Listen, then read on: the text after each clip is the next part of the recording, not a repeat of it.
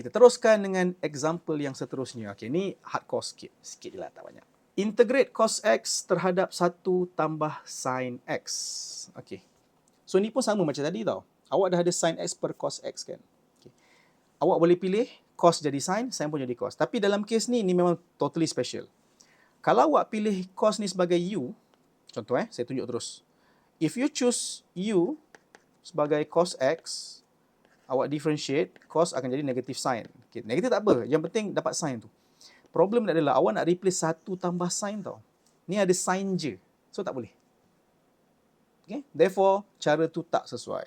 So, kita punya U bukanlah cos X. Maka dalam kes ni, kita pun let U equals to 1 tambah sin X. Maka, du over dx kita adalah, 1 kan differentiate hilang. Okay? Sin X kita differentiate dapat cos X. Okay? So, kat sini kita nampak, kat sini kita ada cos X dx.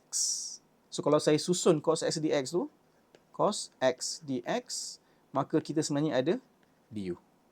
Okay? So, persamaan ni boleh ditulis balik sebagai, sama dengan, cos X dx dah jadi du, 1 tambah sin X dah jadi u. So, sebenarnya kita tengah nak integrate 1 per u terhadap u. Ni sama je macam tadi. Tapi ni ada negatif kat luar lah. Okay? So, integrate 1 per u, kita akan dapat ln u. Jangan lupa plus c. Kemudian, apakah u? U adalah 1 tambah sin X tambah c. Settle.